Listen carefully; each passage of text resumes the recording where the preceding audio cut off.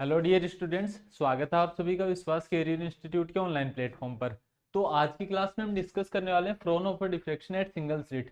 कोई भी एकल रेखा छिद्र होता है हमारे पास, उसके ऊपर फ्रोन-ओवर विवर्तन किस प्रकार से होता है। देखो, डिफ्रैक्शन को हमने दो पार्ट्स के अंदर कैटेगराइज किया था। एक कौन सा था? फ्रेनल डिफ्रैक्शन, और दूसरा था फ्रोन-ओवर डिफ्रैक्शन। फ्रेनल डिफ्रैक्शन के अंदर ऑब्जेक्ट और जो स्क्रीन होती थी हमारे पास, वो कहां पर होती थी? फाइनाइट डिस्टेंस या एक परिमित दूरी पर हुआ करती थी। दूसरा फ्रोन ऑफ डिफ्रेक्शन के अंदर क्या होगा? जो सोर्स होगा, जो स्रोत है हमारे पास, लाइट सोर्स, वो भी कहां पर होगा? इनफाइनाइट डिस्टेंस पर, मतलब कोई एक परिमित दूरी नहीं है, या फिर मैं बोल सकता हूं कि कंपेरेटिवली एक लार्ज डिस्टेंस है। मतलब तुलनात्मक अधिक दूरी पर स्थित प्रकाश स्रोत के लिए जो विवर्तन होता है वो कौन सा होता है? फ्रोन ऑफर विवर्तन होता है। फ्रोन ऑफर डिफ्रेक्शन के अंदर ये सबसे इंपॉर्टेंट टॉपिक रहने वाला भी, एग्जाम के अंदर इस क्वेश्चन के आने की बहुत ज्यादा पॉसिबिलिटी रहेगी, तो इसको थोड़ा सा ध्यान से पढ़ना है। अब सबसे पहले तो फ्रोन ओवर डिफ्रेक्शन के लिए हमने डिफरेंस के जो पॉइंट्स लिखे थे शुरू में, उनके अकॉर्डिंग क्या था कि फ्रोन ओवर डिफ्रेक्शन में जो भी स्लिट, अच्छा सबसे पहले तो हम क्या मान लेते हैं? एक सिंगल स्लिट अज्यूम कर लेते हैं। तो ये हमारे पास क्या है? एक सिंगल स्लिट। इसको हमने नाम क्या दे दिया? A B. कुछ ना कुछ विड्थ भी होगी इसकी, कुछ ना कुछ चौड़ाई होगी ना भाई। तो इसकी विड्थ को हमने कितना अज्यूम किया है? यहाँ पे इसकी विड्थ को हम कितना मान लेते हैं? स्मॉल ई अज्यूम कर लेते हैं। ये हमारे पास क्या है? Width of the slit. जो सिंगल स्लिट है, जो एकल छिद्र है हमारे पास ए बी, इसकी चौड़ाई कितनी मानी गई है? ई मानी गई है। यहां कहीं हमारे पास क्या सिचुएटेड है? स्क्रीन सिचुएटेड है। इस स्क्रीन के ऊपर कोई पॉइंट होगा जिसके ऊपर हमें क्या निकालना होगा? एम्पलीट्यूड और इंटेंसिटी, आयाम और तीव्रता ज्ञात करनी होगी। कहां पर? यार ये नहीं बनेगी क्या सीधी? इस पर हमें आयाम और तीव्रता ज्ञात करनी है। ठीक है, यहां पर जो इंसिडेंट वेव फ्रंट होंगे, जो आपती तरंगाग्र होंगे, वो कैसे होंगे? प्लेन वेव फ्रंट इंसिडेंट होते हैं ना। देखो, फाइनाइट डिस्टेंस के ऊपर या निश्चित दूरी पर, परिमित दूरी पर जब भी लाइट सोर्स होता है, तो उसके लिए इंसिडेंट वेव फ्रंट, आपती तरंगाग्र कैसे होते हैं? गोलाकार या बेलनाकार। लेकिन बहुत ज्यादा अनंत दूरी के ऊपर अगर लाइट सोर्स रखा हुआ है, तो उसके लिए इंसिडेंट वेव फ्रंट कैसे हो जाएंगे? Plane wave front. फिर यहाँ पे हम क्या काम में लेते हैं? यहाँ मान लीजिए कोई पॉइंट है पी, इसके ऊपर हमें क्या डिटरमाइन करना है? मतलब कंडीशंस निकालनी है, कहाँ मैक्सिमा बनेगा और कहाँ मिनिमा बन रहा होगा। तो यहाँ पे हमने क्या ज्यूम किया कि यहाँ एक कॉन्वेक्स लेंस रखा हो, उत्तल लेंस, पी पॉइंट के लिए। इससे ये लाइट रे आ रही है, यहां से ये प्रकाश किरणें आ रही होंगी। इनके फोकस पॉइंट कौन सा है?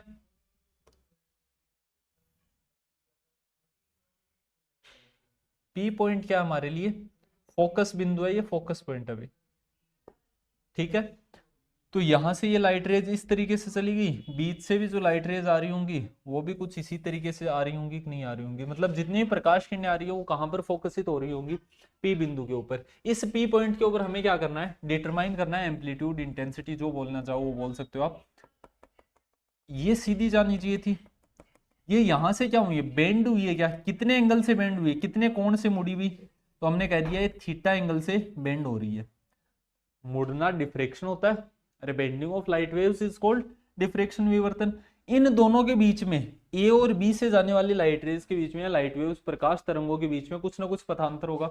अच्छा, ये जो लेंस होता है इसकी साइज काफी ज्यादा होती है, मतलब इस स्लिट के कंपैरिजन में तो बहुत ज्यादा होती है, और ये एकदम टच में होता है। हमने इस पी पॉइंट को समझने के लिए इस लेंस को कुछ इस प्रकार से रखा। ठीक है ना। बाकी नॉर्मली ये सारे पॉइंट्स कहाँ पर होंगे? इसके फोकस पर स्थित होंगे, और इस लेंस का आकार थोड़ा सा बड़ा होता है, और इसके कहाँ पर होता है? पास में होता है। ठीक है, अगर नॉर्मली हम बात करें तो ये यहाँ जा रही होगी ये लाइट रेस, यहाँ वाली, यहाँ पर क्या बन रहा होगा? कहीं पर सेंट्रल मैक्सिमा, केंद्रीय उच्चिष्ट का निर्माण हो रहा होता है। कहाँ पर? अगर हम मान लेना बिल्कुल नहीं मुड़ रही है, जैसे मान लेते हैं सर ये इस तरीके से जा रही होंगी, तो बिल्कुल जा रही होंगी इस पॉइंट के ऊपर। यहाँ पर किसकी फॉर्मेशन होती है? यहाँ पर बनता है सेंट्रल मैक्सिमा, केंद्रीय उच्चिष्ट का निर्माण होता है। इस लेंस का आकार थोड़ा सा बड़ा होता है। यहाँ पर जो इंसिडेंट वेव फ्रंट है उसको डब्ल्यू डैश बोल देते हैं। यहाँ पर जो वेव फ्रंट है हमारे पास, यहाँ जो तरंगाग्र है, इसको हम क्या बोल देते हैं? इसको हम बोल देते हैं एफ डैश। ठीक है, फिर नेक्स्ट, यहाँ से पाथ डिफरेंस कितना होगा ए और बी से जाने वाले लाइट वेव्स के बीच? इसके लिए हमने क्या कह दिया कि यहाँ पर क्या ड्रॉप करो? एक परपेंडिकुलर अभिलंब डालो भी। ये एंगल कितना है? थीटा है। ये परपेंडिकुलर उस पर जो परपेंडिकुलर हो, इस पर भी परपेंडिकुलर होगा, मतलब ये पूरा एंगल कितना? ये पूरा कोण कितना है? 90 डिग्री। ये थीटा, तो ये कितना हो जाएगा? 90 माइनस थीटा। ये 90 माइनस थीटा, ये पूरा वापस 90 है, तो इसका मतलब ये एंगल भी कितना होगा, थीटा होगा। ये कोण भी हमारे पास कितना हो गया, थीटा। इस पॉइंट को हम क्या नाम दे देते हैं, ए बी हो गया। चलो इस पॉइंट को क्या बोल दिया हमने, सी बोल दिया, कुछ भी बोल सकते थे वैसे। ये हमारे पास क्या है, कोई सी पॉइंट है। अब मैं कहूँ कि ए से और बी से जाने वाली, अच्छा ये सेकेंडरी लाइट सोर्स की तरह बिहेव कर रहा है क्या। हाइगेन के सिद्धांत ने क्या कहा कि कोई भी माध्यम है उसमें कहीं भी अगर खाली जगह है या कोई भी कण है, वो किसकी तरह कार्य करता है, नए प्रकाश स्रोत की तरह, न्यू लाइट सोर्स की तरह बिहेव करता है। जैसे आप खुद अज्यूम करना एक बार, एक दीवार है भाई, उस दीवार के अंदर एक छेद हो रखा है। अगर वो छेद नहीं होता तो अंदर लाइट वेव्स नहीं आ रही होती, प्रकाश तरंगे नहीं आ रही होती ना। तो हमारे लिए, अब हम रूम में है, अगर वो छिद्र नहीं होता, वो स्लिट नहीं होती, तो क्या हमारे पास लाइट वेव्स आती, नहीं आती। तो वो स्लिट हमारे लिए किसकी तरह बिहेव कर रही है, लाइट सोर्स की तरह, प्रकाश स्रोत की तरह। तो यहाँ इस स्क्रीन की तरह, लाइट सोर्स की तरह कौन बिहेव कर रहा है, ए बी। इसको क्या कर सकते हैं हम, फर्दर सेकेंडरी वेवलेट्स के अंदर डिवाइड करेंगे। क्या करेंगे, द्वितीयक तरंगिकाओं में विभाजित कर देंगे किसको, कंप्लीट एबी को। ठीक है, सबसे पहले हमने जो डायग्राम के अंदर बनाया है उसकी आप क्या कर सकते हो, एक्सप्लेनेशन दे सकते हो। जैसे कि light of wavelength, wavelength lambda is incident on, light of wavelength lambda is incident on slit AB whose width, whose width is E in form of, in form of plane wavefront, plane wavefront, in form of plane wavefront W W dash. फिर आगे लिखना, a convex lens L is placed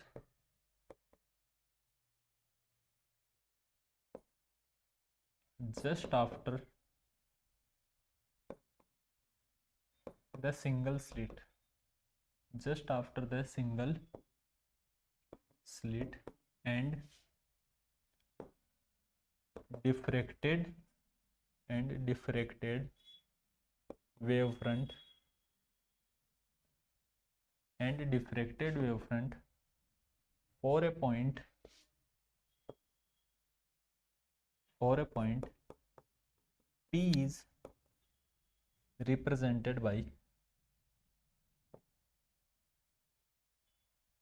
represented by F F dash. ठीक है, बहुत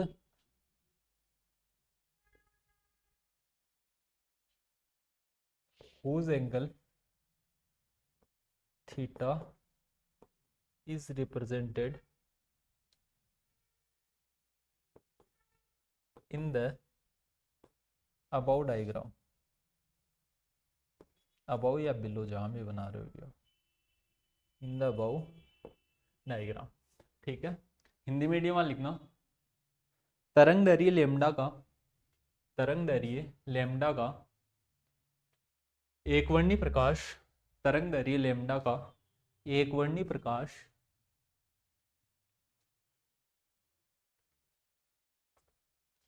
एकल रेखा छिद्र A B, एकल रेखा छिद्र ए बी जिसकी चौड़ाई ई है, जिसकी चौड़ाई ई है, उस पर, उस पर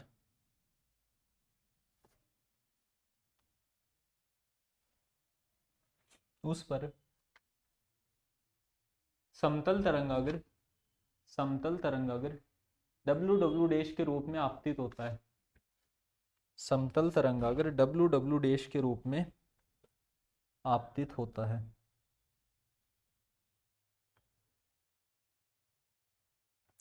ठीक है भी,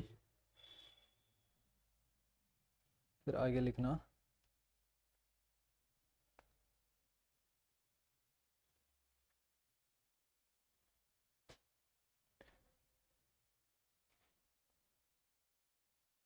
एकल छिद्र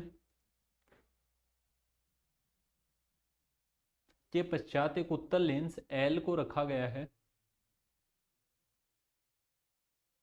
उत्तल लेंस L को रखा गया है, वह वह P बिंदु के लिए विवर्तित तरंगाग्र को वह P बिंदु के लिए विवर्तित तरंगाग्र को f डैश से व्यक्त किया गया है, जिसका थीटा कोण चित्रानुसार दर्शाया गया है, जिसका थीटा कोण चित्रानुसार दर्शाया गया है। फिर आगे लिखना और एम्पलीट्यूड, ऐसा लिख लेना, according to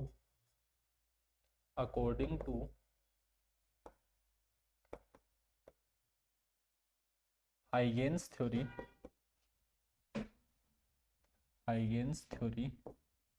slit AB behaves as secondary light source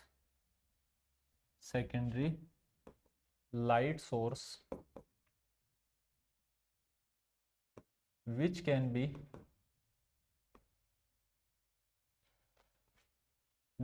be divided in a number of secondary wavelets, ये लिखना, path difference between waves reaching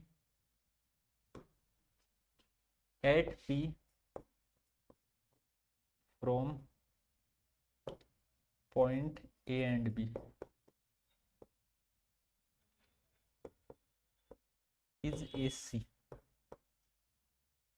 ठीक है, हिंदी मीडियम में लिखना, हाइगेन सिद्धांत के अनुसार रेखाछिद्र AB द्वितीयक प्रकाश स्रोत की तरह कार्य करता है, जिसे अनेक द्वितीयक तरंगिकाओं में विभाजित किया जा सकता है। P पर बिंदु A व B से पहुंचने वाली तरंगों के मध्य का पथांतर AC है।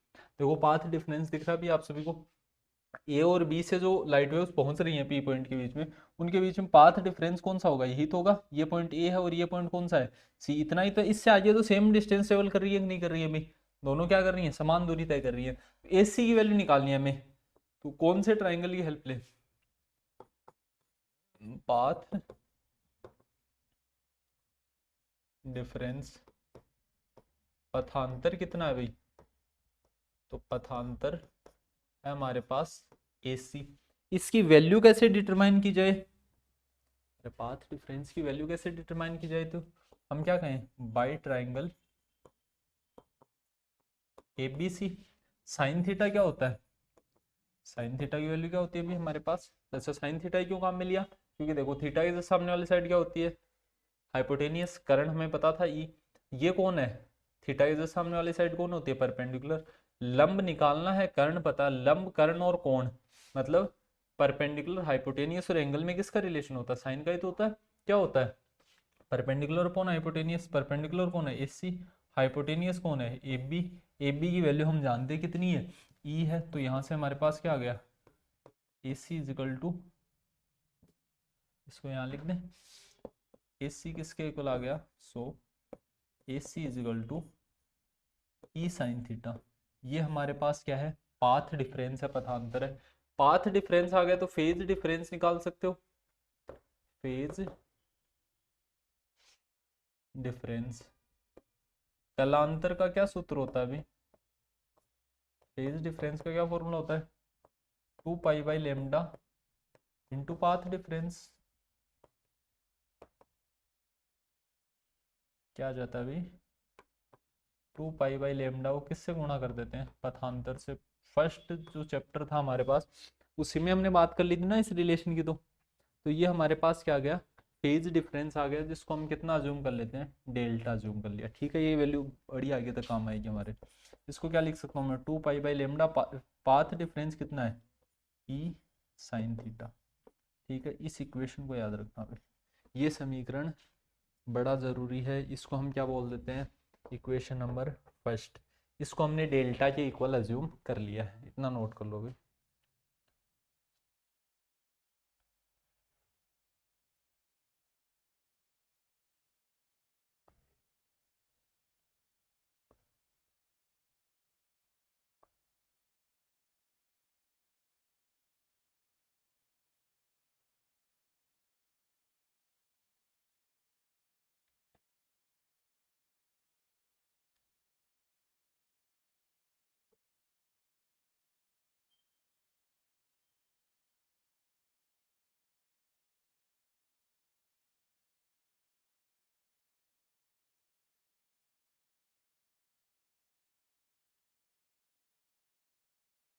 लिखा हुआ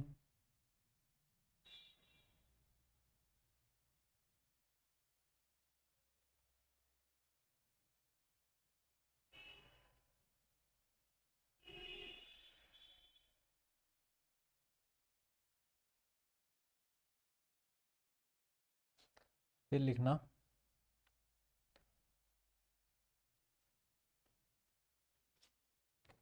अच्छा, ये तो किसके बीच में है, ए और बी से पहुंचने वाली जो सेकेंडरी वेवलेट थी, द्वितीय तरंगिकाएं थी, उनके बीच का कलांतर आ गया।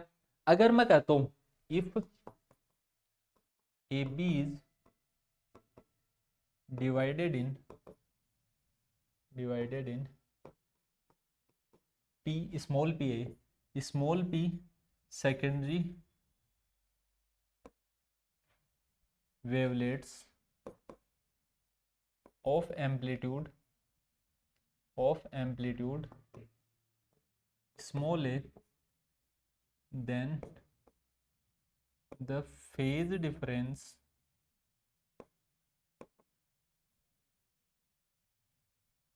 between them will be delta by p।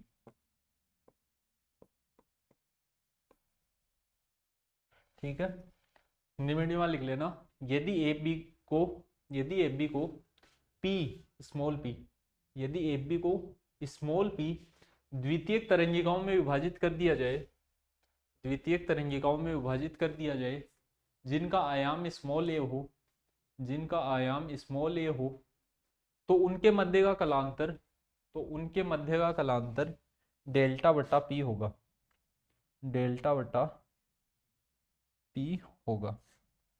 आप लोग भी।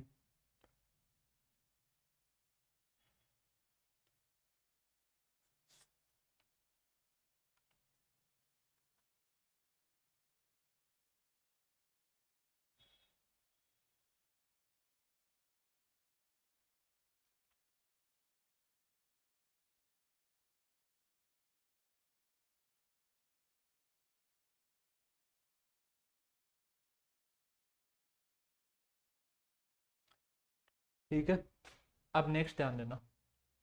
अब हमें क्या करना है, पी पॉइंट जो कैपिटल पी पॉइंट, पी बिंदु जो हमने स्क्रीन के ऊपर अज्यूम किया है, उसके ऊपर हमें किसकी वैल्यू निकालनी है, उसके ऊपर रिजल्टेंट एम्पलीट्यूड और इंटेंसिटी निकालनी है, परिणामी आयाम और तीव्रता का मान ज्ञात करना है। उसके लिए हम क्या काम में लेते हैं, पॉलीगन मेथड काम में लेते हैं। क्या काम में लेते हैं, पॉलीगन मेथड, बहुभुज विधि।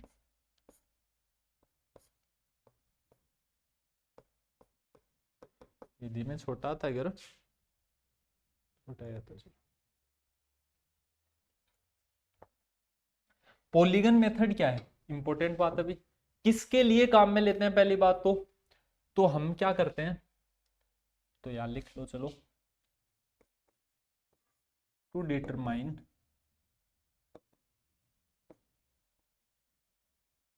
amplitude and intensity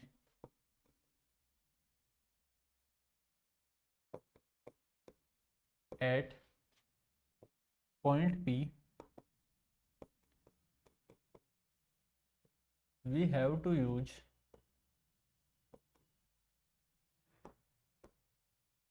polygon method. Polygon method P बिंदु पर, P बिंदु पर, ये हमारे आगे भी काम में आएगा भाई। P बिंदु पर आयाम व तीव्रता ज्ञात करने के लिए, P बिंदु पर आयाम व तीव्रता ज्ञात करने के लिए बहुभुज विधि, बहुभुज विधि उपयोग में ली जाती है।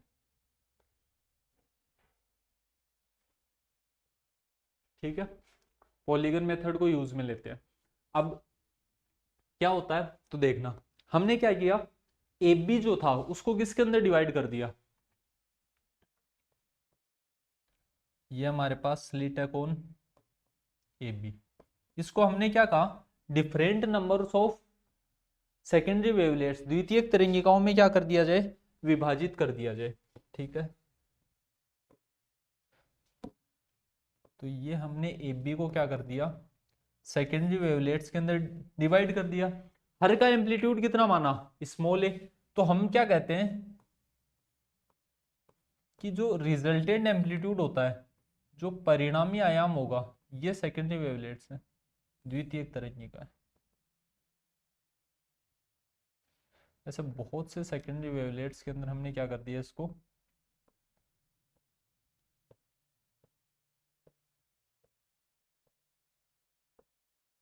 डिवाइड कर दिया।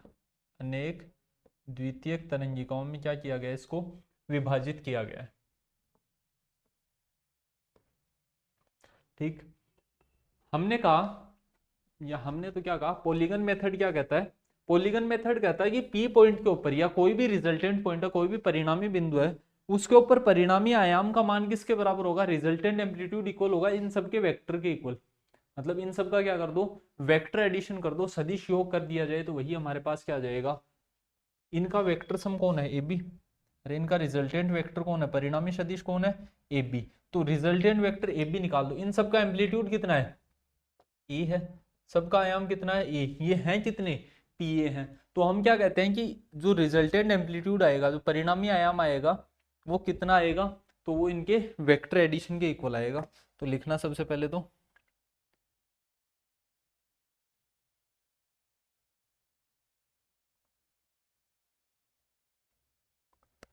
इसमें लिखना, according to the theory of this method, according to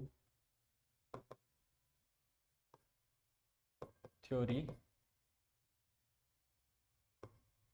of this method,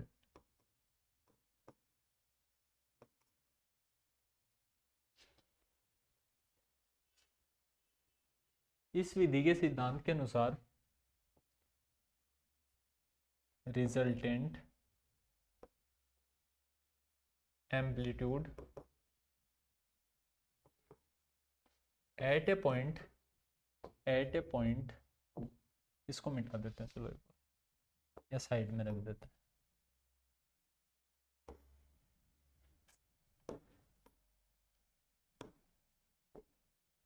हैं। At a point due to different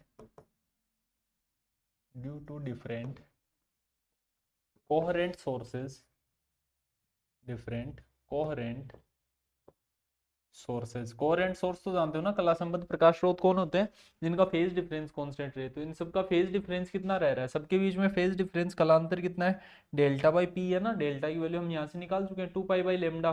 time के साथ नहीं बदल रहा, किसी पॉइंट के लिए एंगल थीटा की वैल्यू भी क्या रहेगी, फिक्स रहेगी। ई क्या है, स्लिट की चौड़ाई है।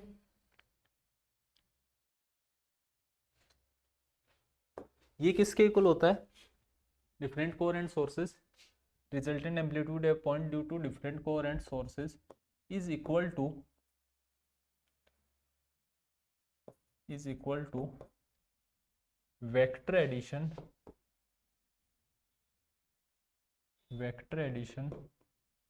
ऑफ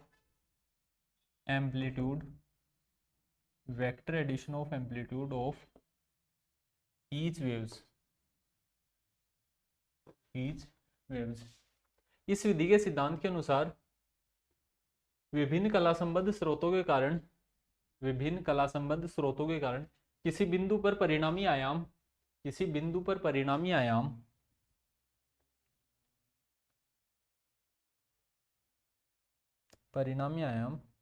विभिन्न तरंगों के आयाम के सदिश योग के बराबर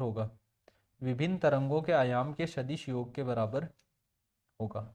अब हमें क्या निकालना है, ये रिजल्टेंट वेक्टर ए बी ही हमें क्या करना है, डिटरमाइन करना है कि ए बी की वैल्यू कितनी आ रही होगी भी हमारे पास।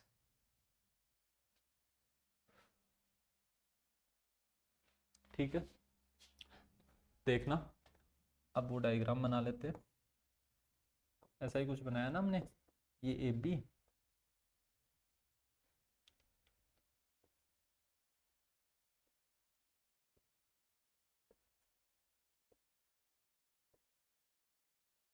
ये सब किसके इक्वल है, ये ए के इक्वल है, तो ये पूरा किसके इक्वल हो जाएगा, पी ए के इक्वल हो जाएगा कि नहीं हो जाएगा भी। यहां से मैं इनको अगर मैच करूं तो इनका कुछ ना कुछ सेंटर आएगा कि नहीं आएगा। अरे इसका कहीं ना कहीं तो यहां से क्या किया हमने, परपेंडिकुलर डाला, एक परपेंडिकुलर बी पॉइंट से निकला, ये कहीं ना कहीं जाके मिल रहे होंगे। इन दोनों ही पॉइंट का परपेंडिकुलर है, इसका मतलब जहां पर मिलेगा वो किसी ना किसी सर्कल का सेंटर होगा। इस सर्कल की रेडियस हमने कितनी मान ली, आर मान ली। ठीक है, फिर नेक्स्ट देखना, इधर बना लेते हैं। फिर नेक्स्ट देखो, इन दोनों के बीच में क्या हमने फेज डिफरेंस अज्यूम किया, ए और बी से आने वाली वेव्स के बीच में जो फेज डिफरेंस है, जो कलांतर है, वो कितना है, डेल्टा नहीं आया था क्या भी हमारे पास, डेल्टा ही आया था। ये कोण कितना है, 90 डिग्री, ये एंगल भी कितना है, 90 डिग्री, ये कितना होगा 180 माइनस डेल्टा, ये एंगल 90 डिग्री है, ये एंगल 90 डिग्री है, ये पूरा एक क्वाड्रिलेटर नहीं बन रहा क्या, चतुर्भुज बन रहा है एक। चतुर्भुज के आंतरिक कोणों का योग कितना होता है, 360 डिग्री, ये 90 90 180 हो गया, मतलब इस कोण का और इस कोण का मान कितना आना चाहिए, 180। ये अगर 180 माइनस डेल्टा है, ये कितना है 180 माइनस डेल्टा, यही तो वैल्यू है। तो इसको कितना होना चाहिए, इसको बिल्कुल हमें पता है भाई कितना होना चाहिए, डेल्टा होना चाहिए। फिर यहां से मैं एक बाइसेक्टर डालता हूं, द्विविभाजक,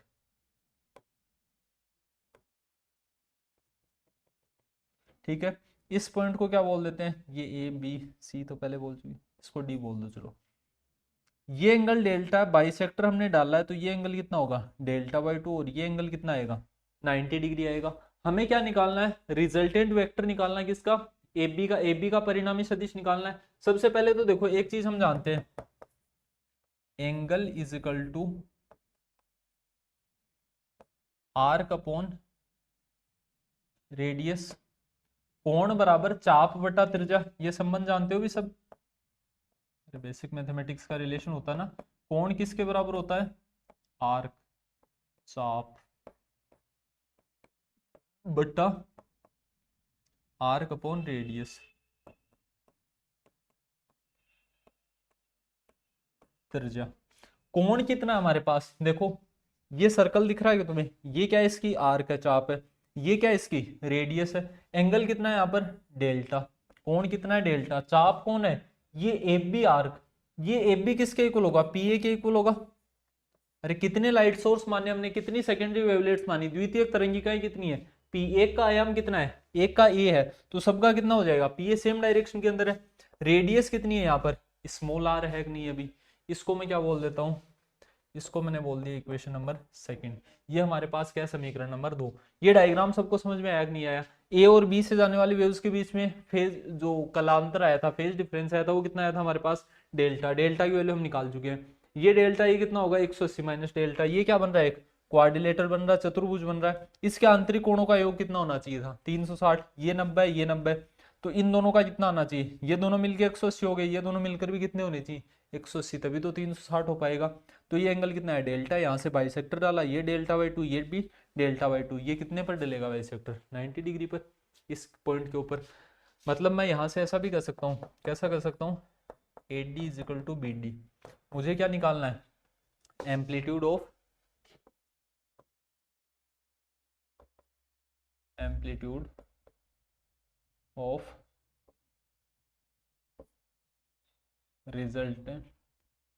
रिजल्टेंट या मैग्नीट्यूड बोल देते हैं ना, चलो परिमाण निकाल लेते हैं, मैग्नीट्यूड ऑफ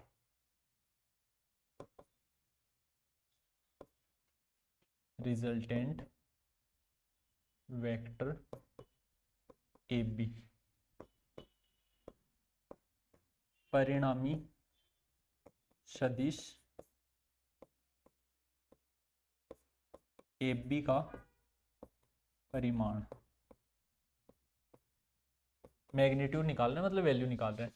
क्या इसको मैं 2BD नहीं लिख सकता क्या, अरे ऐसा लिखा जा सकता है कि नहीं लिखा जा सकता, ये BD है तो इसका दोगुना कर देंगे तो क्या आ जाएगा हमारे पास, रिजल्टेंट वेक्टर AB आ जाएगा, इसका मैग्नीट्यूड आ जाएगा कि नहीं आ जाएगा।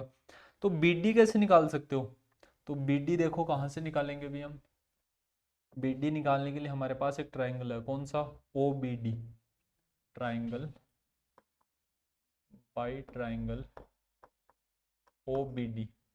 OBD ट्राइंगल से मैं क्या कह सकता हूँ, BD की वैल्यू आ जाएगी क्या, वापस किसका रिलेशन आता है हमारे पास, तो देख लो साइड्स कौन कौन सी पता है भाई, ये साइड पता है, ये क्या है हमारे पास रेडियस है मतलब हाइपोटेनियस, थीटा इज सामने वाली साइड क्या होती है परपेंडिकुलर, हाइपोटेनियस में वापस किसका रिलेशन, साइन थीटा, थीटा की जगह कितना है delta by 2 is equal to perpendicular कौन है BD अपॉन ये क्या आ जाएगा OB,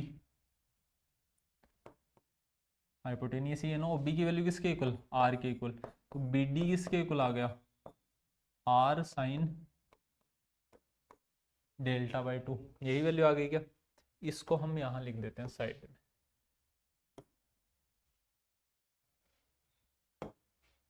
ठीक है ये वैल्यू हमने निकाल ली। तो यहाँ से देखना 2 इंटू BD की जगह कितना लिख सकता हूँ मैं 2R साइन डेल्टा बाई 2, क्या यही रिजल्टेंट वेक्टर परिणामी सदिश जो AB है यही हमारे पास एम्पलीट्यूड के इक्वल नहीं है क्या, तो एम्पलीट्यूड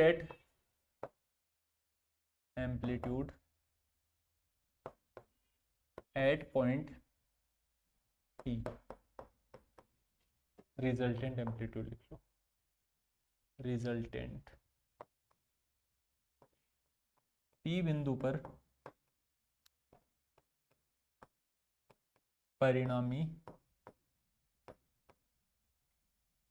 आयाम, रिजल्टेंट एम्पलीट्यूड कितना आ गया अभी हमारे पास, इसको किससे रिप्रेजेंट कर देते, ए से, ये किसके इक्वल आया 2R sine delta by 2, second equation में हमने वैल्यू निकाली थी, बाई इक्वेशन सेकेंड समीकरण नंबर 2 से हमारे पास कितना आ जाएगा A is equal to 2, R की जगह कितना लिख सकता हूँ सेकेंड इक्वेशन में देखना, R की जगह कितना लिखा जा सकता है PA बाई डेल्टा, तो यहाँ से कितना आ जाएगा 2PA by delta sign delta by 2, यही वैल्यू आ गई क्या, एम्पलीट्यूड की इक्वेशन क्या बन जाएगी PA into sine delta by 2 upon, ये 2 इधर मल्टीप्लाई में नीचे डिवाइड में भेज सकते हैं क्या, अपॉन में क्या आ गया डेल्टा बाई 2, ये इक्वेशन बनी कि नहीं बनी भी हमारे पास, ये क्या आ गया है रिजल्टेंट एम्पलीट्यूड परिणामी आयाम आ चुका है, इसको हम क्या बोल रहे हैं इक्वेशन नंबर 3, समीकरण नंबर 3 बोल दिया, एम्पलीट्यूड निकल गया, अब इंटेंसिटी निकाल पाना तो बड़ा आसान काम है या नहीं अभी, अरे आयाम अगर आपके पास आ जाता है तो तीव्रता निकालना कौन सा मुश्किल काम है, शुरू से समझना रहे, एम्पलीट्यूड आ गए अब तो एम्पलीट्यूड का स्क्वायर करना है इंटेंसिटी निकालने के लिए, यहाँ से ध्यान देना, सिंगल स्लिट मान ली, प्लेन वेव फ्रंट इंसिडेंट होगा, किसी P पॉइंट के लिए हम निकाल लेते हैं, P पॉइंट के लिए आ गया तो बाकी सारे पॉइंट्स के लिए हम कंडीशन डिराइव कर लेंगे कि नहीं कर लेंगे भी, पी पॉइंट हमने माना कितना है, थीटा एंगल पर। अगर मैं थीटा को 0 रख दूंगा तो यहाँ पहुंच जाऊंगा। थीटा की कोई भी वैल्यू उसके लिए आप डिटरमाइन कर सकते हो ना, किसी भी पॉइंट है, यहाँ पॉइंट बना हुआ है तो उसके लिए थीटा पता होगा आपको, कितने कोण से मुड़ेगी वहां पहुंचने के लिए। तो ये कंप्लीट डायग्राम समझ में आ गया था। फिर हमने क्या किया, कुछ नहीं किया। अरे ए क्या किया हमने, ए और बी को सेकेंडरी लाइट सोर्स माना, किसकी थ्योरी के अकॉर्डिंग, हाइगेन सिद्धांत के अनुसार। हाइगेन थ्योरी क्या कहती थी, यही कहती थी ना, वेव थ्योरी सबसे पहले एक्सप्लेन किसने की थी, हाइगेन ने। उन्होंने क्या कहा कि हर पार्टिकल या हर पॉइंट किसकी तरह बिहेव करता है मीडियम में, न्यू लाइट सोर्स की तरह, नए प्रकाश स्रोत की तरह। तो हमने एबी को किसकी तरह कार्य करवाया, द्वितीयक प्रकाश स्रोत, सेकेंडरी लाइट सोर्स। इसको क्या किया जा सकता था, द्वितीयक तरंगिकाओं में विभाजित कर सकते थे ना, सेकेंडरी वेवलेट्स के अंदर डिवाइड कर सकते थे। तो इन ए और बी से आने वाले के बीच में पाथ डिफरेंस कितना, ए सी, उसकी वैल्यू हमने डिटरमाइन कर ली, ई साइन थीटा। यहाँ से इस फेज डिफरेंस आ गया, कलांतर कितना है ए और बी के बीच में, डेल्टा, तो इस डेल्टा की वैल्यू आ गई। हर दो के बीच में, कोई भी दो कंजिक्यूटिव वेवलेट्स हैं, तरंगिकाएं, उनके बीच में फेज डिफरेंस कितना आएगा, डेल्टा बाई पी आ जाएगा। फिर नेक्स्ट इक्वेशन क्या आ गई हमारे पास, नेक्स्ट हमने पॉलीगन मेथड, बहुभुज विधि की बात की। ये हमें किसके बारे में बताती है, जब भी सेकेंडरी वेवलेट्स या बहुत ज्यादा कोहेरेंट लाइट सोर्स हो, एक लार्ज नंबर ऑफ कला संबद्ध प्रकाश स्रोत हो या कोहेरेंट लाइट सोर्स हो, तो हम क्या काम में लेते हैं, पॉलीगन मेथड। क्या कहता है कि जो रिजल्टेंट एम्पलीट्यूड होगा, परिणामी आयाम होगा, वो किसके बराबर होगा, सबके एम्पलीट्यूड के वेक्टर सम के इक्वल होगा। सबका एम्पलीट्यूड ये रहा, इनका वेक्टर सम कौन है, ए बी। तो हमें ए बी का क्या निकालना है, रिजल्टेंट वेक्टर का परिमाण निकालना, मैग्नीट्यूड निकालना, वही किसके इक्वल होगा, एम्पलीट्यूड या आयाम के बराबर होगा। तो ये हमने नॉर्मल नॉर्मल मैथमेटिक्स से इस कंप्लीट वैल्यू को डिराइव कर दिया है। अब क्या निकालनी है हमें, इंटेंसिटी। तो तीव्रता के लिए देखो, नाउ फॉर इंटेंसिटी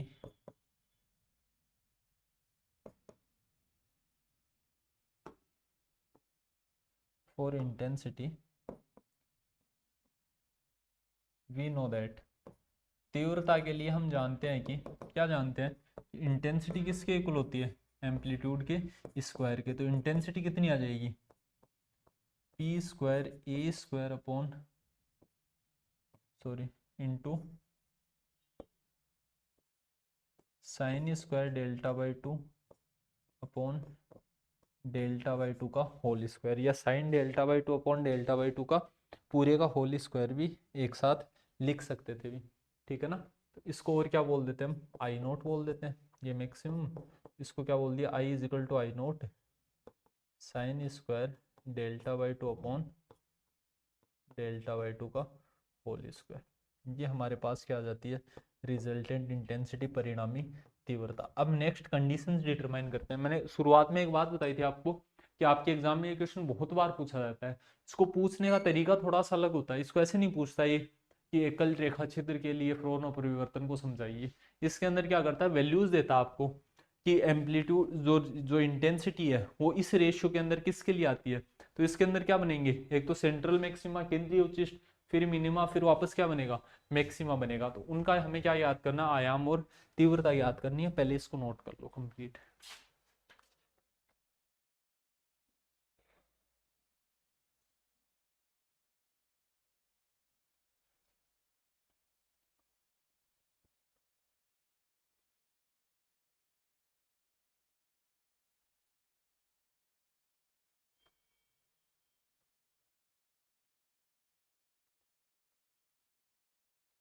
ठीक है, अब देखो ये डेल्टा बाई टू बहुत कंफ्यूजिंग होता है, एंगल ही होगा ना, डेल्टा भी क्या था, एक एंगल ही था। तो हम क्या कर लेते हैं, डेल्टा बाई टू की जगह अल्फा काम में लेने लग जाते हैं, तो उसमें कंफ्यूज मत हो जाना। जैसे ये डेल्टा बाई टू है ना, इस कंप्लीट की जगह क्या लिखा हुआ मिल जाएगा आपको, अल्फा लिखा हुआ मिल जाएगा। जैसे देखना, इसी बात को ऐसे भी लिख सकते हैं, I is equal to I note sine alpha upon alpha का होल स्क्वायर भी तो लिखा जा सकता है। और दोनों बातें अलग अलग थोड़ी है, सेम ही है भी दोनों बातें, ठीक है ना। तो इस बात के अंदर भी कंफ्यूज नहीं होना है। कितने नंबर बोला था इसको, 4 नंबर समीकरण बोला ना इसको। कितने नंबर इक्वेशन हो चुकी है, इक्वेशन नंबर 4th। ठीक है, इसको भी ऐसे लिखा जा सकता है, A is equal to A naught sine alpha upon alpha, A is equal to P A sine alpha upon alpha, A is equal to P A sine delta by two upon delta by two. इसको क्या लिख सकता है, I is equal to I note sine alpha upon alpha का whole square, I is equal to I note sine delta by two upon delta by two का whole square. या फिर जैसे लिखा हो वैसे लिख सकता है, या आई नोट की जगह क्या लिखा जा सकता है, पी स्क्वायर ए स्क्वायर। तो ये सारी वैल्यूज लिखी जा सकती हैं, इनके अंदर कंफ्यूज बिल्कुल नहीं होना।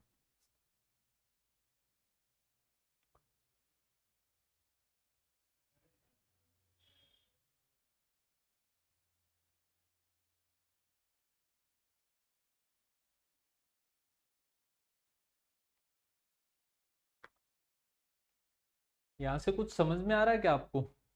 इक्वेशन फोर्थ क्या कह रही है कि जो इंटेंसिटी है वो किस पर डिपेंड करती है, अल्फा पर।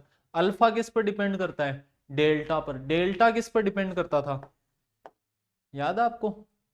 डेल्टा किस पर डिपेंड करता था, डेल्टा देखो 2 पाई/λ कांस्टेंट रहेगा हमेशा, ई कांस्टेंट रहेगा, थीटा पे डिपेंड करता था। मतलब अलग अलग कोणों के लिए क्या होगी, वैल्यूज अलग अलग होगी। तो यहाँ से नीचे एक स्टेटमेंट लिख लेना,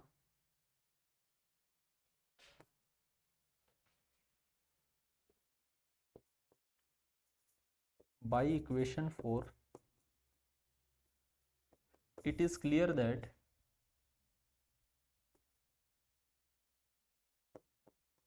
intensity at a point depends on alpha, which depends on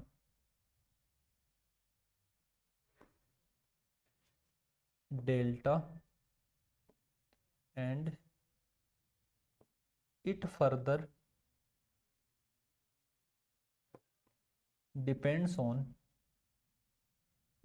depends on theta.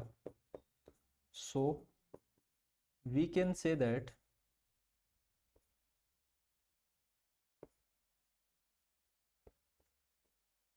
depending on theta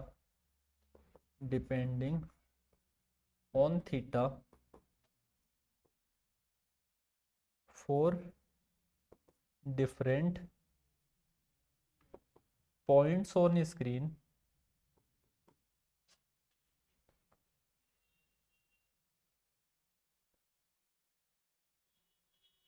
will behave as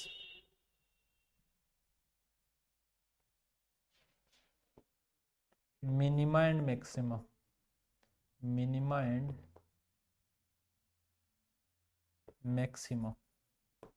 ठीक है, लिख लेना। समीकरण 4 से यह स्पष्ट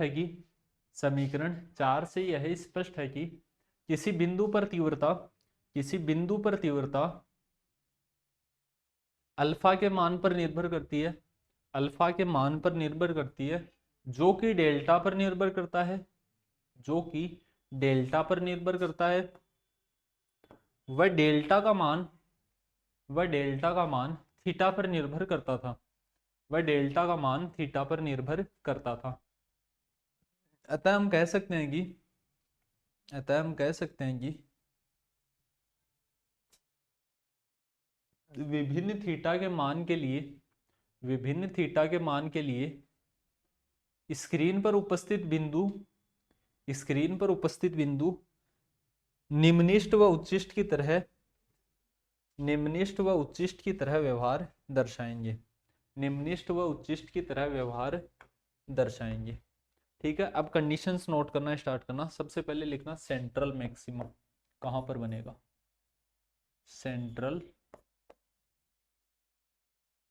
मैक्सिमा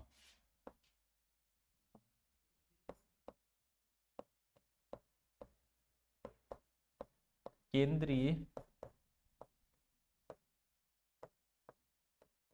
चिष्ठ। ठीक है, सेंट्रल मैक्सिमा की हमें क्या देखनी है, फॉर्मेशन देखनी है। तो देखो आई किसके इक्वल आ गया, I is equal to I note sine alpha upon alpha का होल स्क्वायर, यही आता है। अब सेंट्रल मैक्सिमा कहां पर बनता है, तो शुरू में डायग्राम में देख सकते हो ना आप, थीटा ये किस वैल्यू के लिए सेंट्रल मैक्सिमा बनता है। थीटा की वैल्यू अगर 0 हो जाए, इस पॉइंट को यहां ले जाए, तो थीटा कितना हो जाएगा, 0 हो जाएगा। थीटा अगर 0 हो गया for theta is equal to 0। Delta भी कितना आ जाएगा, डेल्टा किसके इक्वल होता था 2 pi by lambda into, delta की वैल्यू जानते हो ना, अल्फा किसके इक्वल होता है डेल्टा/2, और डेल्टा किसके इक्वल आता था 2 pi by lambda into E sine theta, यही आया करता था ना, देख लो भी एक बार, 2 pi by lambda into E sine theta, ठीक है यही वैल्यू हुआ करती थी। तो हमारे पास अल्फा की वैल्यू क्या हो जाएगी पाई/लेमडा इंटू ई साइन थीटा, पाई नहीं बदलेगा कांस्टेंट, लेमडा कांस्टेंट, क्योंकि शुरू में जो प्रकाश स्रोत ले लिया वो ले लिया, ई स्लिट की चौड़ाई थोड़ी बदलेगी टाइम के साथ, नहीं बदलेगी, कौन बदल सकता है थीटा बदल सकता है। तो अगर थीटा 0 हो गया तो साइन 0 की वैल्यू कितनी होती है 0, डेल्टा भी कितना होगा 0, अल्फा भी कितना हो जाएगा 0, delta is equal to 0 and alpha is also equal to 0। ठीक है, लिख लेना थीटा बराबर 0 के लिए ये वैल्यूज आती है। So limit alpha tends to 0 sine alpha upon alpha, क्योंकि डायरेक्ट तो वैल्यू पुट नहीं कर नहीं सकता मैं अल्फा की 0, 0/0 क्या बन जाएगी अनडिफाइंड फॉर्म, तो लिमिट के अंदर पुट किया करते हैं, लिमिट के अंदर कितनी वैल्यू आती है इसकी 1 वैल्यू आ जाएगी कि नहीं आ जाएगी, देखो लिमिट एल हॉस्पिटल रूल याद है, ऊपर वाले का डिफरेंशिएशन नीचे वाले का डिफरेंशिएशन, साइन का अल्फा का डिफरेंशिएशन कितना हो जाएगा कोस अल्फा, अल्फा कितना हो जाएगा 1, कोस अल्फा के अंदर 0 पुट करोगे तो कोस 0 कितना होता है 1 होता है, तो यहाँ से इसकी लिमिटिंग वैल्यू कितनी आती है 1 आती है, तो यहाँ से हमारे पास इंटेंसिटी कितनी आ जाएगी आई मैक्सिमम, तीव्रता का अधिकतम मान किसके बराबर आ जाएगा आई नोट के बराबर आ जाएगा। इसको मैं और क्या लिख सकता हूँ p² a² भी लिख सकता हूँ।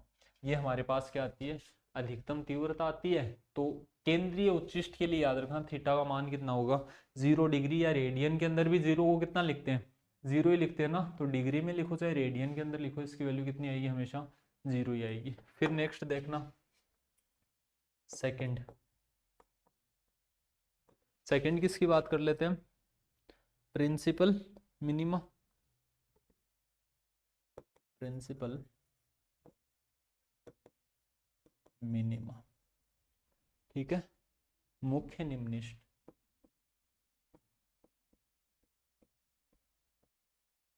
मुख्य निम्निष्ठ मिनिमा की फॉर्मेशन कब होगी, बड़ी इंटरेस्टिंग बात है ना, देखो आई किसके इक्वल आया I is equal to I note sine alpha upon alpha का होल स्क्वायर, मिनिमा के लिए क्या करना है इंटेंसिटी को 0 करना है, तीव्रता शून्य कब हो सकती है फोर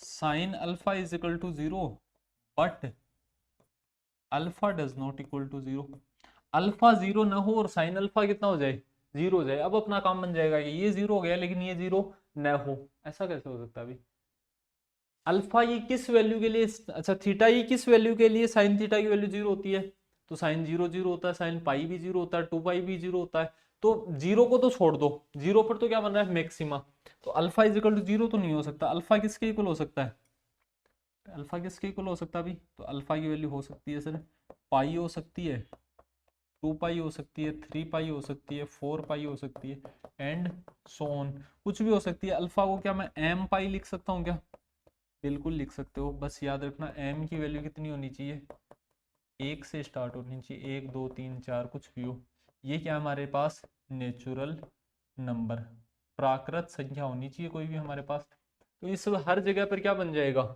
मिनिमा की फॉर्मेशन होगी, तो जब भी ऐसा लिखा जाए I is equal to I note sine m pi upon m pi का होल स्क्वायर, तो यहाँ पर इंटेंसिटी कितनी आ जाएगी 0, तीव्रता कितनी आ गई 0 आ गई, तो इन सभी बिंदुओं के ऊपर किसका निर्माण होता है निम्निष्ठ का निर्माण होता है, ठीक है ना, प्रिंसिपल मिनिमा की फॉर्मेशन हो गई, छाप लेना भी इस बात को।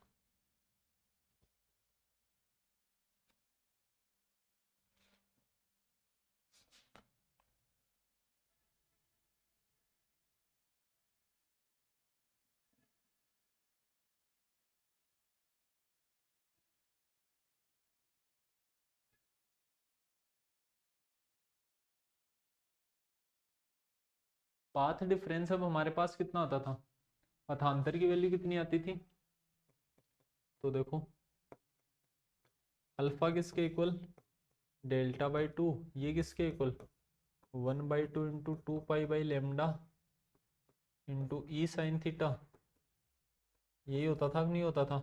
इसकी वैल्यू यहाँ पर कितनी होगी हर बार, अच्छा ये प्लस माइनस लिख देंगे हम, प्लस हो चाहे माइनस हो उससे कोई फर्क थोड़ी पड़ता है, नहीं पड़ता, तो इसको क्या लिख दिया हमने प्लस माइनस एम पाई।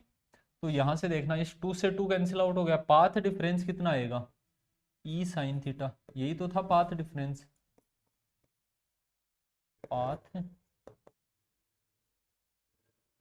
डिफरेंस पथांतर का कितना मान आया, तो हमारे पास पथांतर की भी वैल्यू आ जाती है अभी यहाँ पर E sine theta is equal to, यही तो था पाथ डिफरेंस, देखो शुरू में ही देख लो ना, कहाँ गया अभी वो, ये रहा AC, पाथ डिफरेंस कौन था AC की वैल्यू कितनी आती थी ई साइन थीटा, तो यहाँ से हमारे पास ई साइन थीटा कितना आ रहा है, देखो 2 से 2 कैंसिल आउट हो गया, पाई से पाई कैंसिल आउट हो गया, प्लस माइनस कितना आ जाएगा एम लेमडा, तो for position of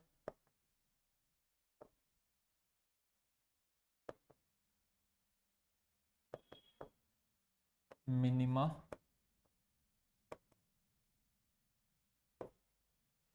we know that the path difference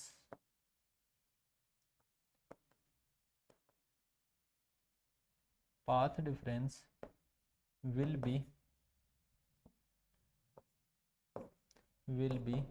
plus minus lambda coma plus minus 2 lambda coma plus minus 3 lambda and so on.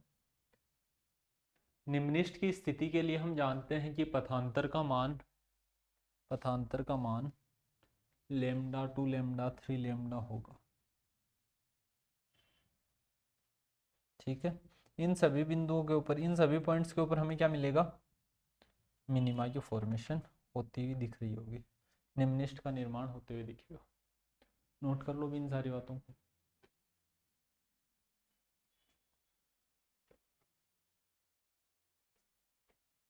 आसान है ना, कुछ मुश्किल नहीं है। अच्छा सबसे पहले सेंट्रल मैक्सिमा बन चुका है, फिर क्या बन चुका है, मिनिमा बन चुका है।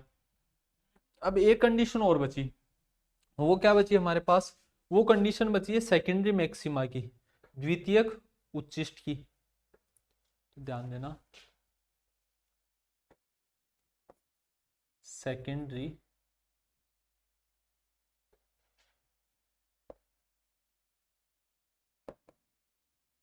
मैक्सिमा, थर्ड पॉइंट लगा लेना, द्वितीयक उच्चिष्ट। सेकेंडरी मैक्सिमा कहाँ कहाँ पर है, बात समझो। सबसे पहले जब थीटा 0 था, थीटा की वैल्यू कितनी थी 0 डिग्री या 0 रेडियन में बोल दो चाहे, जब थीटा 0 था तो क्या बना, केंद्रीय उच्चिष्ट बना। फिर वो सेंट्रल मैक्सिमा कहां तक है, वो पाई तक है, मतलब प्लस पाई तक भी क्या है, पाई पर क्या बन गया, मिनिमा बन गया।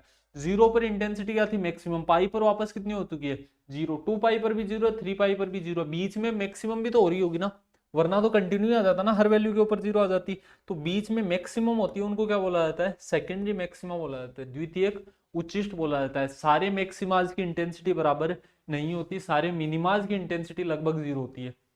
मैंने जो बात की उसको ध्यान से सुनना, सभी उच्चिष्टों की तीव्रता समान नहीं होती, लेकिन सभी निम्निष्टों की तीव्रता लगभग कितनी होती है, 0। जितने भी मिनिमास बन रहे हैं सबकी इंटेंसिटी अप्रोक्सीमेटली कितनी होती है, 0। ध्यान देखना, जब भी आप मैक्सिमा मिनिमा निकालते हो, उच्चिष्ट निम्निष्ट निकालते हो, तो आप डिफरेंशिएशन की हेल्प लेते हो। एप्लीकेशन ऑफ डेरिवेटिव पढ़े होंगे ना कभी आपने 12th क्लास में, किसमें काम में आ सकती है, मैक्सिमा मिनिमा निकालने के काम में आ सकती है, नहीं आ सकती अभी। तो क्या कह सकते हैं, फॉर मैक्सिमा और minima we can use D I upon D alpha is equal to 0। Intensity को अल्फा के रेस्पेक्ट में क्या कर दो, डिफरेंशिएट करके जीरो के इक्वेट कर दो। एक कंडीशन किसकी आ जाएगी, मैक्सिमा की, एक मिनिमा की। तो करके देख लेते हैं भाई। D I d by d alpha, I की वैल्यू कितनी, I note sine square alpha upon में कितना आ जाएगा, अल्फा स्क्वायर। इसको किसके इक्वल पुट करना है, जीरो के इक्वल। हम जानते हैं आई नोट तो बाहर आ जाएगा, फिर क्या करना, आई नोट को बाहर ला के डिवाइड में उधर भेजेंगे तो कितना हो जाएगा, जीरो हो जाएगा। फिर इसका जब हम डिफरेंशिएशन करते हैं तो किस रूल से कर सकते हैं, u इंटू वी रूल से कर सकते हैं ना। इसको क्या मैं ऐसा लिख सकता हूँ क्या, d upon D alpha sign square alpha into alpha की पावर -2 लिखा जा सकता है क्या, बिल्कुल लिख सकते हैं। इसको u मान लेंगे, इसको v मान लेंगे। साइन स्क्वायर अल्फा को ऐसा कैसा रहने दिया और इसको क्या कर दिया, डिफरेंशिएट। तो ये कितना हो जाएगा, -2 इंटू अल्फा की पावर -3। डिफरेंशिएशन तो करना आता है ना, अक्स की पावर n का क्या होता है, n अक्स की पावर n-1। तो n अक्स की पावर n-1, -2 -1 कितना हो गया, -3, प्लस अल्फा की पावर कितनी आ जाएगी, -2। साइन स्क्वायर अल्फा का डिफरेंशिएशन जब हम करेंगे तो कितना हो जाएगा, 2 साइन अल्फा। फिर चेन रूल के अकॉर्डिंग साइन अल्फा करेंगे तो कितना हो जाएगा, कोस अल्फा। बेसिक इतना डिफरेंशिएशन तो सभी को करना आता होगा ना। फिर यहाँ से देखना वैल्यू कितनी आ गई, ये वैल्यू आ गई -2 इंटू अल्फा की पावर -3 साइन स्क्वायर अल्फा। यहाँ कितना आ गया, प्लस अल्फा की power -2 into 2 sine alpha cos alpha equal to 0। कुछ कॉमन आ रहा है क्या दोनों में से, देखो देखें वैल्यू कॉमन आ रही है, ये हमारे पास कितनी आ रही है, तो हमने कॉमन ले ली, -2 को कॉमन ले लिया, अल्फा की पावर -2 को कॉमन ले लिया और साइन अल्फा को कॉमन ले लिया। इधर कितना बचा, इधर बचा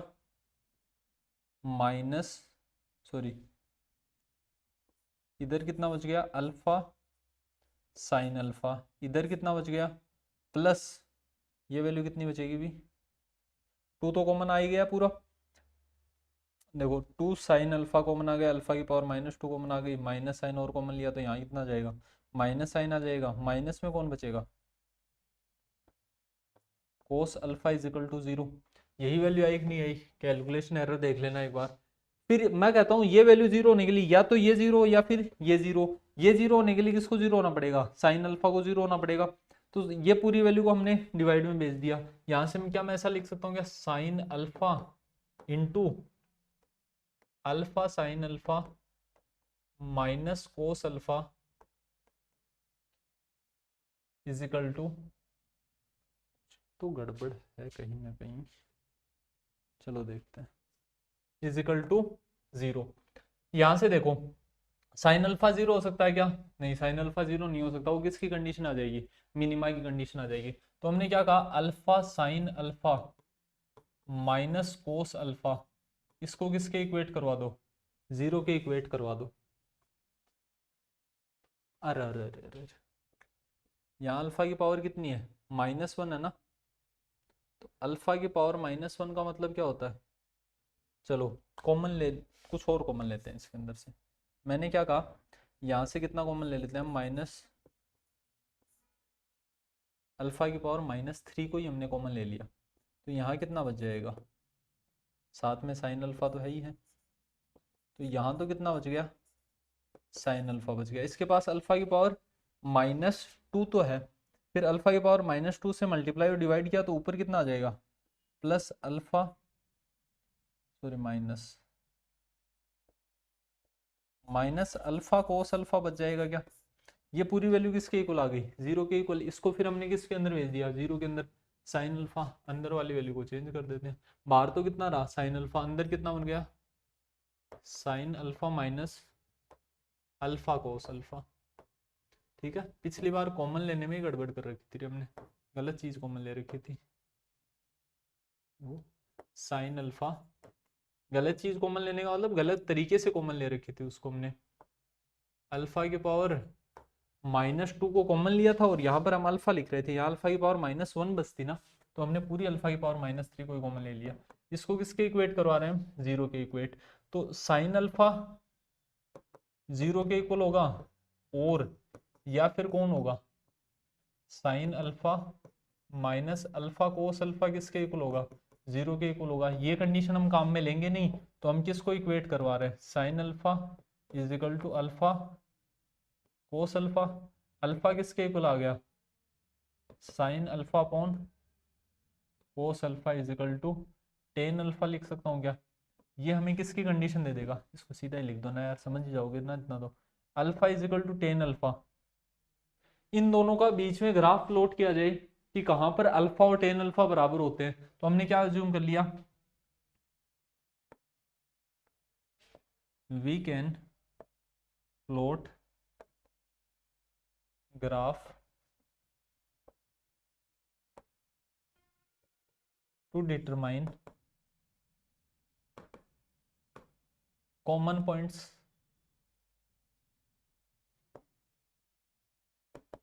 समान बिंदु ज्ञात करने के लिए हम ग्राफ आरेखित करते हैं। ग्राफ कैसे जूम करेंगे हम, y को अल्फा के इक्वल मान लिया, और y को एक बार किसके इक्वल अज्यूम कर लो, टेन अल्फा के इक्वल।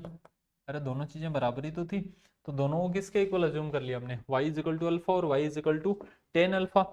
अब इन दोनों के लिए क्या प्लॉट कर लिया जाए, ग्राफ प्लॉट कर लिया जाए, तो हमारा काम बन जाएगा क्या। तो हमने कहा इस तरीके से हम क्या करते हैं, ग्राफ प्लॉट करते हैं। इस एक्सिस के ऊपर किसको बना दिया हमने, अल्फा को बना दिया। अभी अब ग्राफ प्लॉट कैसे करेंगे, y is equal to alpha, तो ये क्या है, ये एक स्ट्रेट लाइन आएगी।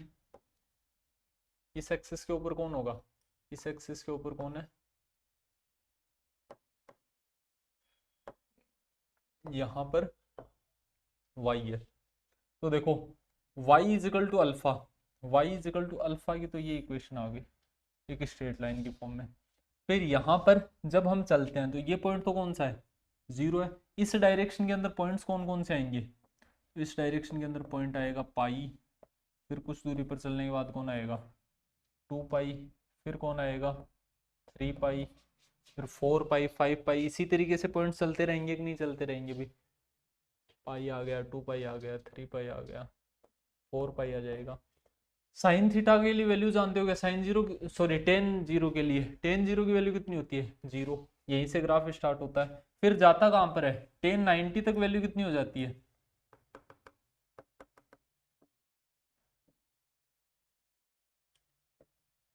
टेन नाइनटी पर वैल्यू किसकी तरफ चली जाती है, इनफाइनाइट की तरफ चली जाती है कि नहीं चली जाती है भी। तो यहाँ बीच में कहीं कौन आ रहा होगा, पाई बाई टू आ रहा होगा। ऐसे ही पाई और टू पाई के बीच में कौन आ रहा होगा, थ्री पाई बाई टू आ रहा होगा। यहाँ कौन आ रहा होगा, फाइव पाई बाई टू आ रहा होगा। यहाँ इन दोनों के एकदम बीच में कौन आ रहा होगा, सेवन पाई बाई टू आ रहा होगा। तो देखो टेन की वैल्यू जीरो पर जीरो होती है, पाई पर जीरो होती है, टू पाई पर जीरो होती है। इन सब जगहों पर तो इसकी वैल्यू कितनी है, जीरो। जीरो से बढ़ते बढ़ते किसकी तरफ चली जाती है, इनफाइनाइट की तरफ। यहाँ भी जीरो से बढ़ते बढ़ते किसकी तरफ चली जाएगी, इसका मान अनंत की तरफ चला जाता है। यहाँ पे वैल्यू किसकी तरफ चली जाती है, माइनस इनफाइनाइट की तरफ चली जाती है। ग्राफ ऐसे ही बनता है। सेम ये ग्राफ कहाँ से स्टार्ट होता है, टू पाई से, तो ये वैल्यू किधर जा रही होती है, इसमें भी ये वैल्यू इनफाइनाइट की तरफ चली जाती है। इधर भी ये वैल्यू कहाँ चली जाती है, इनफाइनाइट की तरफ।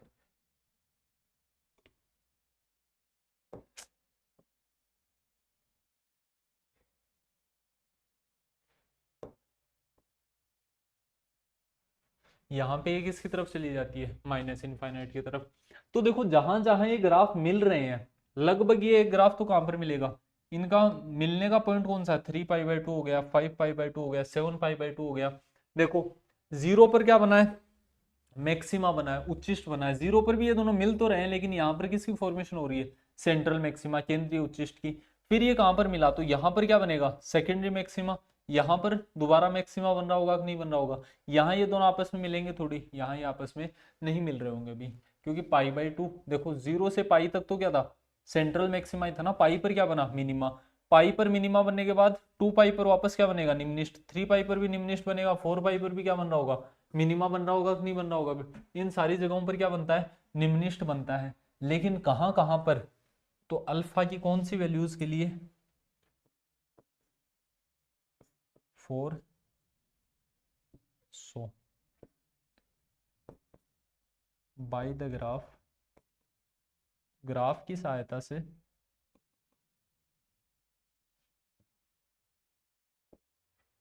फॉर सेकेंडरी मैक्सिमा, ग्राफ की सहायता से द्वितीयक उच्चिष्ट के लिए, और सेकेंडरी मैक्सिमा ग्राफ की सहायता के से द्वितीयक उच्चिष्ट के लिए अल्फा की वैल्यू कितनी हो सकती है, 3 पाई बाई 2 हो सकती है, कोमा 5 पाई बाई 2 हो सकती है, कोमा 7 पाई बाई 2 हो सकती है।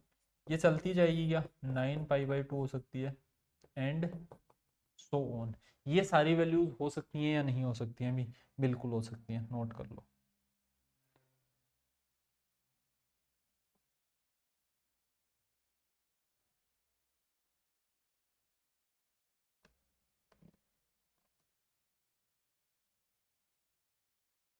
इसी को और क्या लिख सकते हैं, इसी को ऐसा भी लिखा जा सकता है ना, 2m plus 1 pi by 2 alpha is equal to, important बात अभी, m कितना हो सकता है यहाँ से, m की वैल्यू 1 2 3 4 कुछ भी हो सकती है, कोई भी नेचुरल नंबर, वही वहां वाली बात है, प्राकृत संख्या हो सकती है। देन इंटेंसिटी और सेकेंडरी मैक्सिमा, तो द्वितीयक उच्चिष्ट के लिए तीव्रता, द्वितीयक उच्चिष्ट के लिए तीव्रता कितनी आ जाएगी, I is equal to I note sine 2m plus 1 pi by 2 upon 2m plus 1 pi by 2, इस पूरे का क्या करना है, होल स्क्वायर करना है। अच्छा, ये तो एक जनरलाइज्ड वैल्यू लिख दी हमने, फर्स्ट सेकेंडरी मैक्सिमा और फर्स्ट सेकेंडरी मैक्सिमा, प्रथम द्वितीयक उच्चिष्ट के लिए क्या होगा, प्रथम द्वितीयक उच्चिष्ट, फर्स्ट सेकेंडरी मैक्सिमा के लिए कितनी वैल्यू आ जाएगी, I इज इक्वल टू, तो इसके लिए इंटेंसिटी या तीव्रता का मान होगा हमारे पास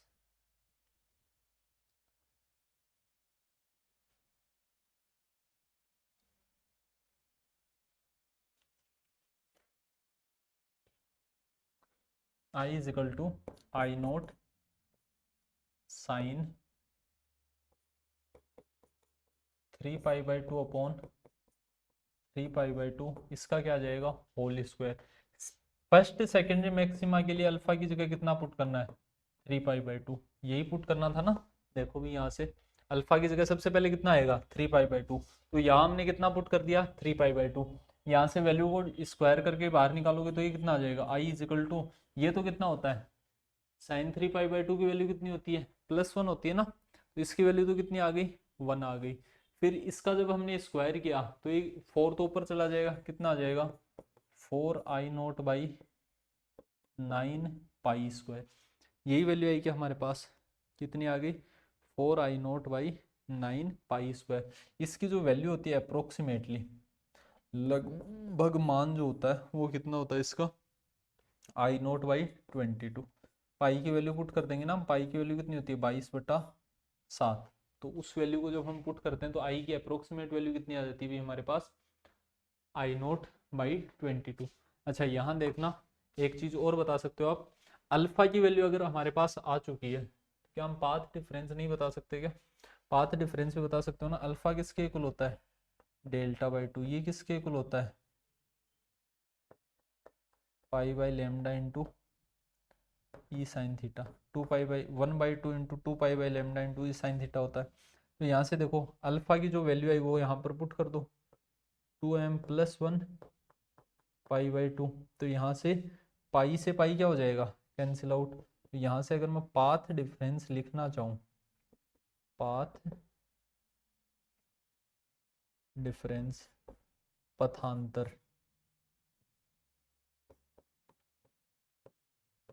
वो किसके बराबर होता है, ई साइन थीटा के। तो यहाँ से ई साइन थीटा की वैल्यू कितनी आ जाएगी, ई साइन थीटा की वैल्यू के लिए देखना, पाई से पाई क्या हो गया, कैंसिल आउट। ई साइन थीटा की वैल्यू कितनी आएगी, 2m+1 λ/2। ये वैल्यू आती है हमारे पास किसकी, ई साइन थीटा, या जो पाथ डिफरेंस है, जो पथांतर है उसकी। ठीक है, देख लेना भाई इस वैल्यू।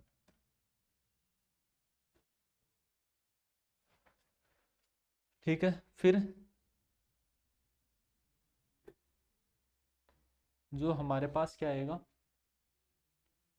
ओ सॉरी सॉरी, ये तो निकाल चुके हैं ना। First secondary maxima, secondary maxima के लिए क्या होगा, फॉर सेकेंडरी मैक्सिमा, दूसरे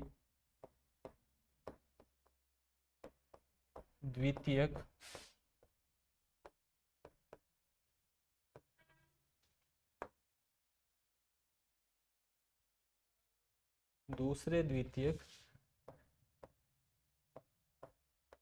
उच्चिष्ट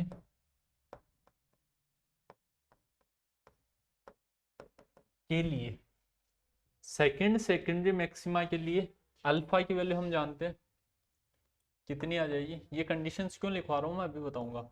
अल्फा की वैल्यू इस बार कितनी आ जाएगी, 5π/2। अल्फा को और क्या लिख सकते थे हम, ये तो आई आ गई, इसको और क्या लिखते थे, Δ/2 = π/λ इंटू ई साइन थीटा।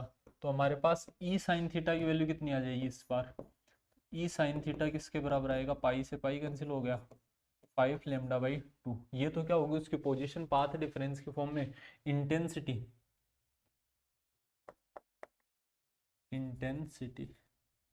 तीव्रता कितनी आएगी उस बिंदु के लिए, इस बार तीव्रता का मान कितना आ जाएगा भाई,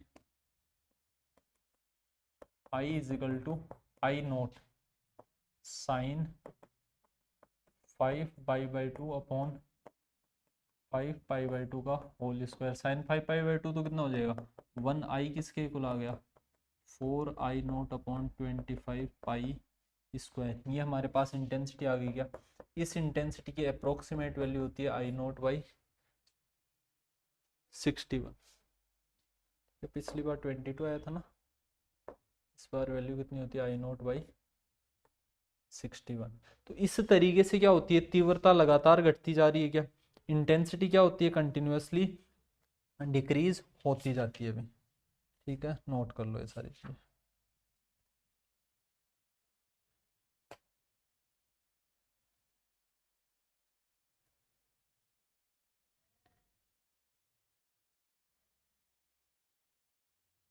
यहाँ लिख लेना 10 द इंटेंसिटी ऑफ सक्सेसिव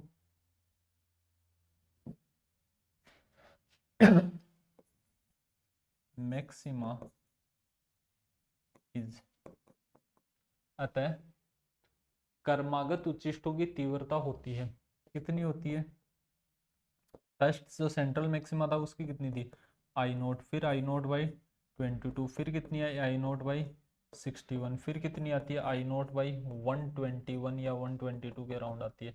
इस तरीके से क्या होती जाती है, वैल्यूज घटती जाती हैं। ठीक है ना, इस तरीके से क्या होती है, इनकी डिक्रीजिंग वैल्यू होती है। ठीक है, द रेशियो ऑफ इंटेंसिटीज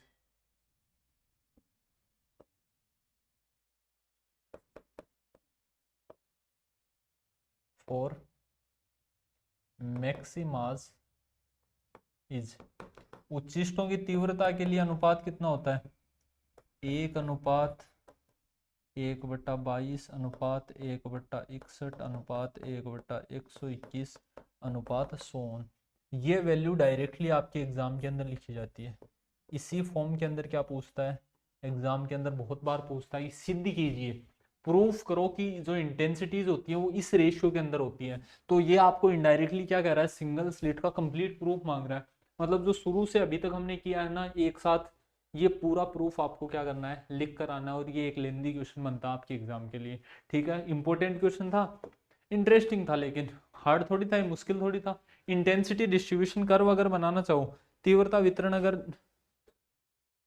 दिखाना चाहो तो कैसे बना सकते हैं, इंटेंसिटी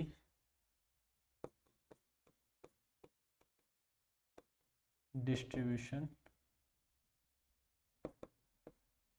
कर्व, तीव्रता वितरण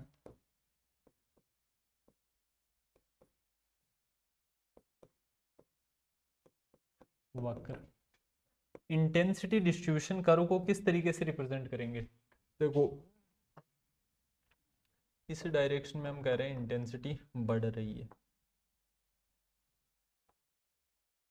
इंटेंसिटी की मैक्सिमम वैल्यू, अधिकतम मान कितना हो सकता है तीव्रता का, इंटेंसिटी की सर मैक्सिमम वैल्यू हो सकती है आई नोट।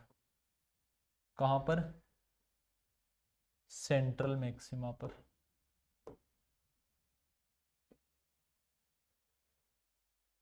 यहां पर क्या है इंटेंसिटी की,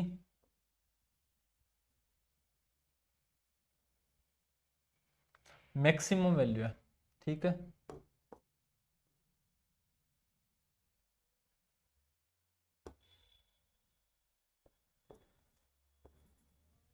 ये हमने प्लॉट कर ली। अरे यार दोबारा ही बना लेते हैं ना यार, सही नहीं लग रहा ना।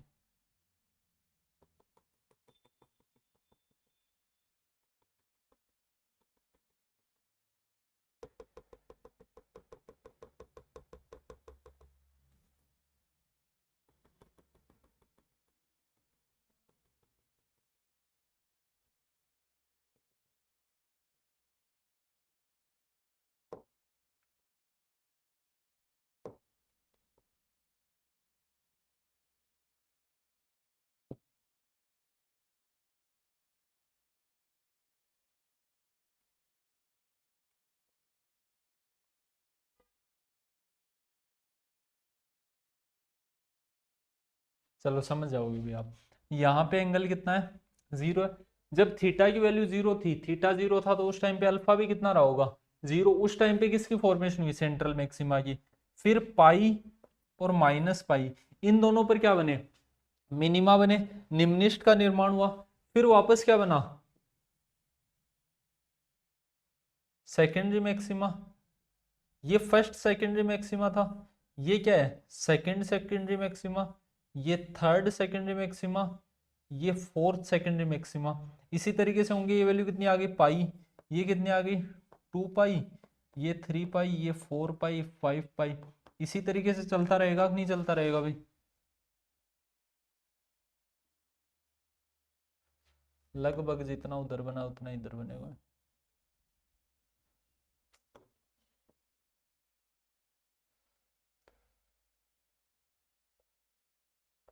-2 पाई यहाँ पर हो गया, ये -3 पाई हो गया, यहाँ कहीं -4 पाई, फिर यहाँ क्या है -5 पाई।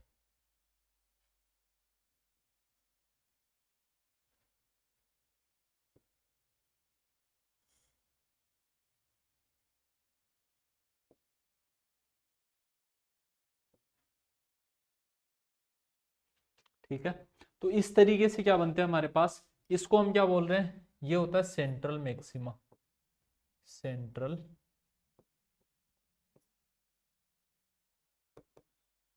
मैक्सिमा,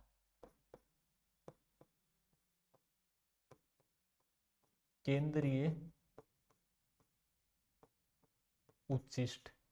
फिर ये कौन है, ये सेकेंडरी मैक्सिमा, वो आई नोट था, ये कितना है I0/22। ये कितना I0/22, 61, बहुत तेजी से घट रही है वैल्यू, हमने ग्राफ में थोड़ी फिर भी ज्यादा बनाई है। आई नोट बाई 121, फिर वो अगली वैल्यू जो होगी वो और कम होगी। इसी तरीके से इसी क्रम के अंदर ये वैल्यूज क्या होती जा रही हैं, घटती जा रही हैं भी बहुत ज्यादा तेजी से। इसी तरीके से इधर कितना होगा, इधर माइनस आई नोट बाई 22, तो यही वैल्यूज हमारे पास इस डायरेक्शन के अंदर आ रही होंगी। क्लियर इतनी बात, कोई कंफ्यूजन नहीं होगा। ये पॉइंट कौन सा होगा, ये कहाँ पर बन रहा है, तो ये बन रहा होगा 3π/2 पर। ये कहाँ पर बन रहा होगा, ये बन रहा होगा 5π/2 पर। ये कहाँ पर बन रहा होगा, ये बन रहा होगा 7π/2 पर। इसी तरीके से बन रहे होंगे कि नहीं बन रहे होंगे भी ये पॉइंट। तो यही सारी चीजें हैं। इसको पाई पॉइंट पर बनाए, इसको क्या बोलते हैं, प्रिंसिपल मिनिमा बोलते हैं। ये कौन है, ये सेकेंडरी मैक्सिमा है, द्वितीय उच्चिष्ट है। ये केंद्रीय उच्चिष्ट है ही भी, बता ही दिया ये आपको। ये कौन है, ये सेकेंडरी मैक्सिमा।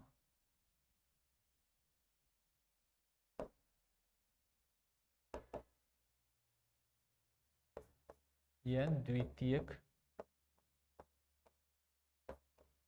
उच्चिष्ट, ठीक है। ये कौन है, ये मिनिमा है।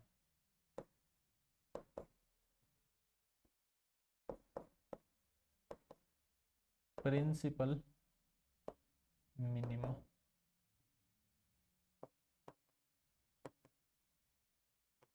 मुख्य निम्निष्ठ है, ठीक है। प्रिंसिपल मिनिमा की फॉर्मेशन है। ये भी क्या है हमारे पास, प्रिंसिपल मिनिमा, लेकिन ज्यादा एरो वगैरह हम लगाते नहीं। ये सभी क्या है, निम्निष्ठ, पाई पर, 2π पर, 3π 4π, इन सारी जगहों पर किसका निर्माण होता है, निम्निष्ठों का निर्माण होता है। ये बीच वाली चीजें नहीं लिखो तो मत लिखना चाहिए, अगर आपके डायग्राम में मिक्स हो रही है ना तो न लिखोगे तो भी चल जाएगा, एक दो वैल्यू लिख दोगे तो भी कोई फर्क नहीं पड़ता। सबको अंडरस्टूड है ना, पाई और 2π के बीच में 3π/2 ही आएगा भी। तो ये हमारे पास क्या आती है, सारी वैल्यूज आती है। इंटेंसिटी डिस्ट्रीब्यूशन कर्व हमने बना लिया है। ये कंप्लीट टॉपिक हो गया अभी हमारा। जो फ्रोनहोफर डिफ्रैक्शन है सिंगल स्लिट के कारण, एकल स्लिट के कारण जो फ्रोनहोफर विवर्तन होता है, इंपॉर्टेंट टॉपिक है। एग्जाम के अंदर डायरेक्टली इस वैल्यू के फॉर्म में आपसे रिजल्ट पूछा जाता है, तो ये आपको डिराइव करना आना चाहिए भी। कुछ मुश्किल नहीं था, कुछ हार्ड नहीं था। एक पॉलीगन मेथड नया था, उसके बाद कंप्लीट मैथमेटिक्स है, कंप्लीट थ्योरी है। थोड़ा सा ध्यान से इसको पढ़ लेना है, मजा आया होगा भी इसको पढ़ने में। वैसे भी कुछ खास जोर आया नहीं होगा। उम्मीद करता हूँ आप सभी को समझ में आया होगा। नेक्स्ट क्लास में मिलते हैं नए टॉपिक के साथ, तब तक के लिए धन्यवाद।